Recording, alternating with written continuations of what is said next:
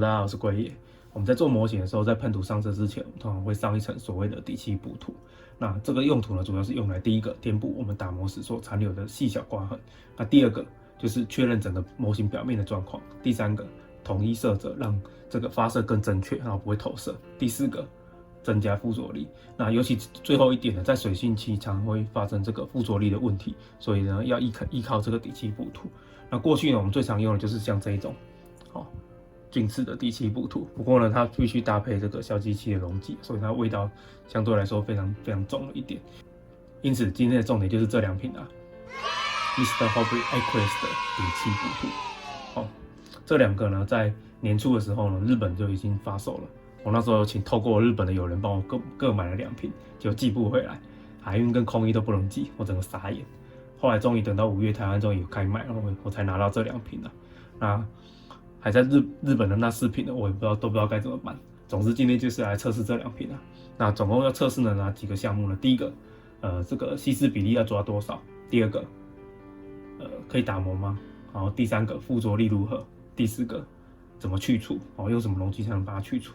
第五个，能不能涂上这个油性漆？那当然这边呢，因为我之前比较常介绍的都是 AV 的部分，所以呢，我们同步的准备也是 AV 的补涂，来顺便来比较看看。那我们就开始吧 ，Go！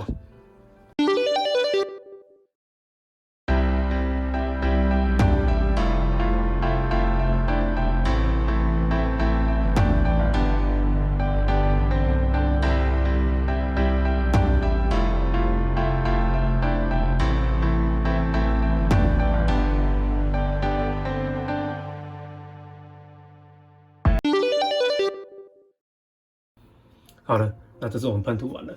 那这个是 Aqueous 的灰色，那这是白色，那这是 AV 的灰色。那可以看得出来，就是 Aqueous 的灰色是比较黑的。好，给大家看一下。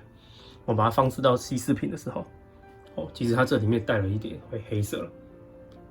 所以看起来是比较黑的。那在 Aqueous 的部分呢，我大概抓了稀释比例，大概是在1:1.2到1:1.5之间的。一开始我用1:1的话，整个太浓了，浓到就是有点卡枪，所以一定要超过1:1，这样才会顺。那操作性来说的话，其实没什么困难的。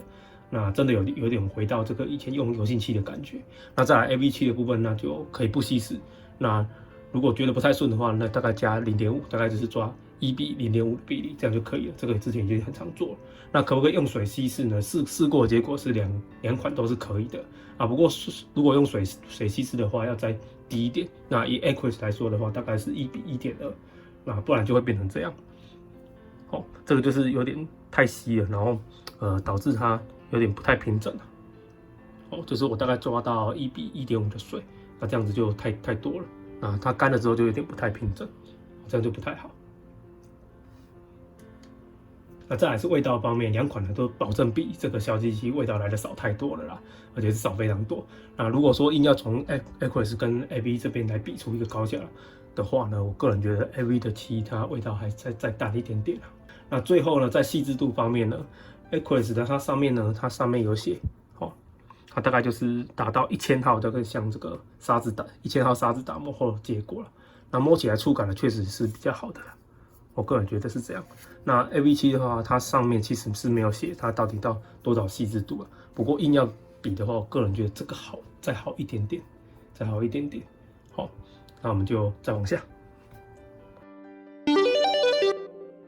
好了，那我们接下来试一下打磨的效果，来试看看摸起来感觉如何。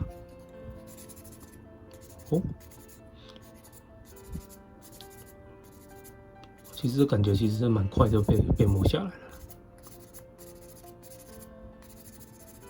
就是一般我们在做这个模型，就是上面的那个检查的程度的时候，我们就要做一些打磨，那就可以透过这样的方式来检查你到底哪里没有做好。所以在打磨方面其实也是可以的。来试一下这个 AV 漆的部分。那 AV 漆的部分它颜色比较淡一点了，所以因为底漆也是白色，所以我就比较那个。我们可以看得出来，就是 AV 漆也是可以打磨，但是它是比较耐磨的，不像那个 Aqueous 的部分比较容易掉下来。应该还蛮明显的，这个应该可以看得出来。那你就稍微要比较用力一点。那所以比较建议就是 Aqueous 的部分，你就必须要喷厚一点，好，如果说你真的要检查，然后比较完整的话，或者说你一定需要再重新打磨过的话，那建议你一定要再喷厚一点。那这样磨起来的感觉呢？我个人觉得是 AV7 的这个耐磨度是比较高的。我用同样的系数都是用800，那这样感觉看起来是这个 AV 的部分是比较耐磨的，那 Aqueous 它比较容易就脱落了。但是也是一样可以做到你要需要的检查的程度了。好，那我们就再往下。好了，那再来是这个附着力的部分。那附着力的部分，我们就用这个来跟电火布来试看看。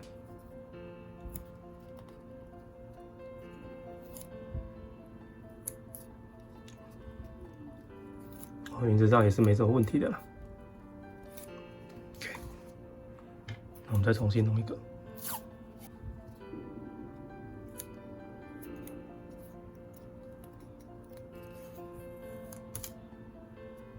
也是没问题的。那这个部分2边大概是没问题的，不过还是要特别注意一下，这3支的那个搪瓷我都是有打磨过的。那如果是你没有打磨过，遇到是像这种材质的，然后上面又有光亮的，这个是一撕就会直接掉下来，因为它的附着力几乎是0的。这是下面的这个材质的问题，那我们就不讨论。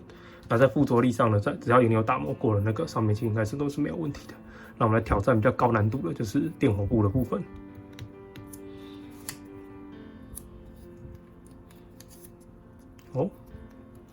电火布的部分 ，Aqueous 也是没问题哦。看起来是很 OK 的。那我们再来搞一个 ，OK。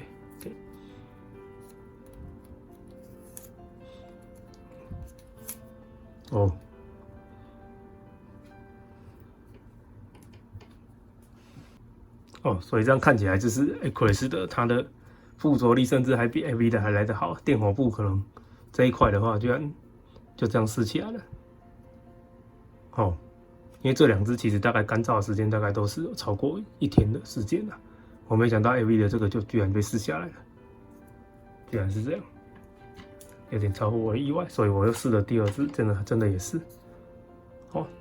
那这个上面是有打磨的啦，那这个上面我可能稍微喷的比较薄一点，结果它电火布2支都扛不住。那代表说这个 Aqueous 的它的附着力可能还来得比 AV 的还来得再好一点。好，那我们就再往下。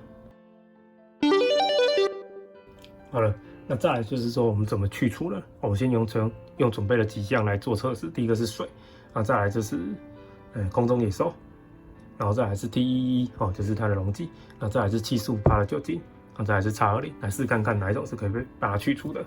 先用从水开始，那水就比较简单了。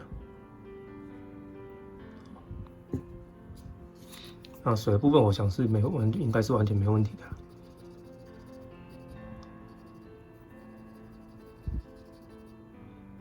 水部分它是完全没办法弄掉的。那我们再看 AV7 的部分，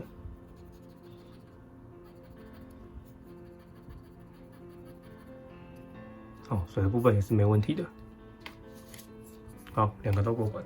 再来，我们用空中野兽试看看。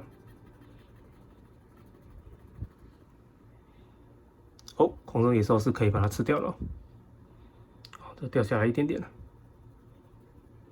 了。所以空中野兽是可以把它溶解掉的。因为它是一般的溶剂就是通用性的水性漆溶剂所以我猜测它也是可以把它溶掉的。一样我们来试看看那 AV7 的部分。好 ，OK， 所以 AV7 的部分也是一样这种通用性的溶剂都是可以把它吃掉的。再来是 T1，就是它自己原本的溶剂我想这应该也是没问题的，就直接来试看看吧。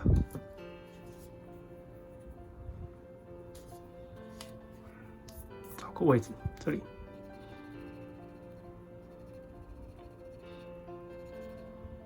OK， 好，所以它自己的溶剂也是可以的，可以把它溶掉的。再来试看看 AV 的部分。好，因为它是水性的溶剂，所以这个也是可以的，也会被它溶掉。好，再来是75%的酒精，试看看。看一下酒精，我们来试看看。好，75%的酒精也是可以的，是可以把它溶掉的。好，这个都已经放超过1天了，所以它其实都已经完全干燥了。不过还是会被溶掉。好，那我们来试看看 AB 的部分。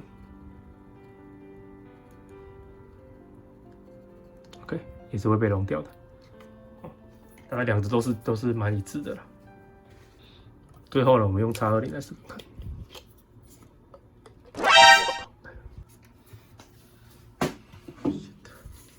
好，最后我们用X20来试看看，虽然刚刚发生了一些悲剧。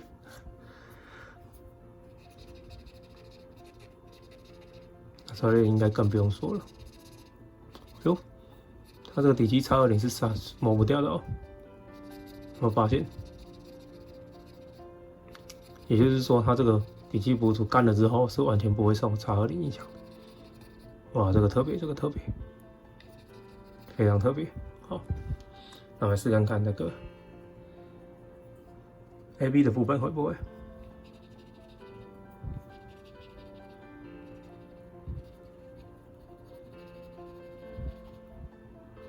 哦，也是起不来哦。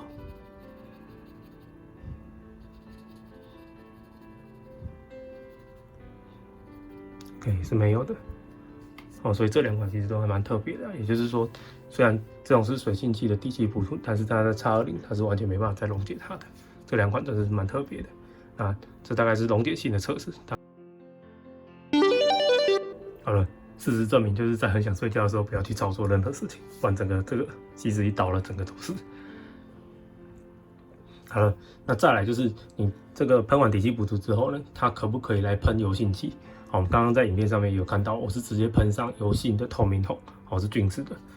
那两款呢，其实都是可以的。哦，我都甚至没有感觉到它把下面的底漆给溶解掉。好，看起来是完全是没问题的。